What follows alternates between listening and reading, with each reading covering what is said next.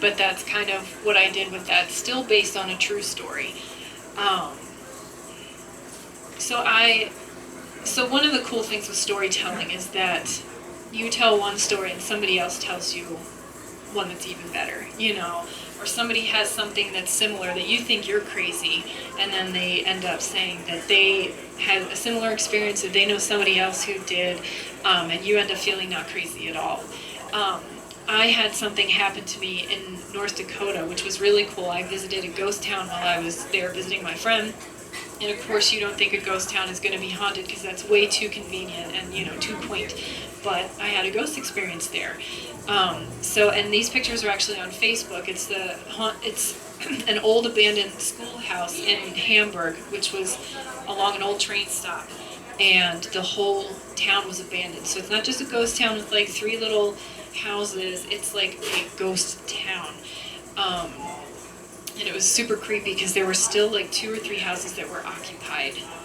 And it was May. It was right after flood season, and these people were like hosing. They had hoses down in their basements to suck the water out because every single building was filled to the windows with water after the snow melts and it's flat. So all the water goes. It was bizarre to see these people, and they sort of looked at us like, oh, more tourists coming to see the abandoned buildings. So we walked up to this schoolhouse, which is just the coolest schoolhouse. And again, you look down into the basement and you can see that everything's flooded up to the windows. And I was taking some pictures, and I heard a voice that said, I'm here, just leave me alone.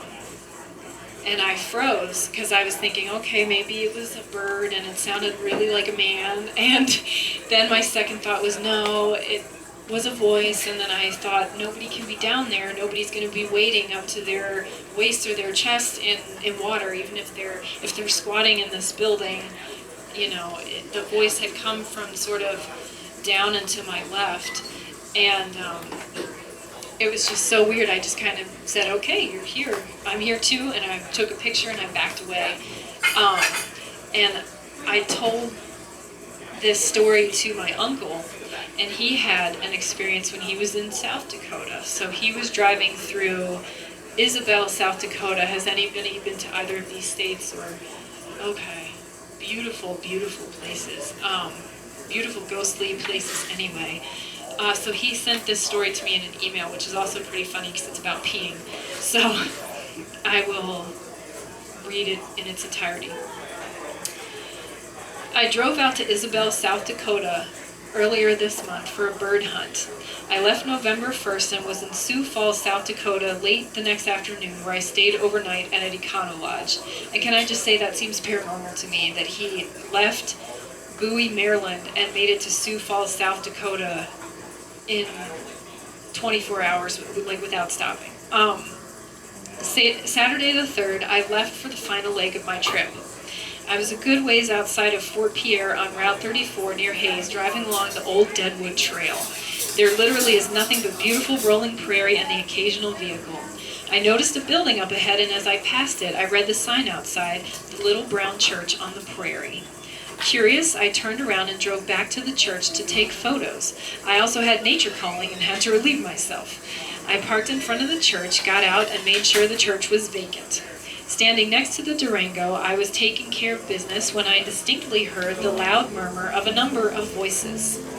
This was accompanied by the sound of shuffling feet and chairs moving, almost like the end of a church service with the congregants moving. Startled, I turned to make sure that no one was coming out of the church, which there wasn't. As soon as I stopped urinating, the sound stopped. Mind you, this was the middle of the day, about 1 p.m., and I'd had a good night's rest. I immediately realized what had occurred, a paranormal encounter. I was not at all frightened and feel rather privileged to have had the experience. I've attempted to ascertain the church's history, but all I can find online is a general location description and some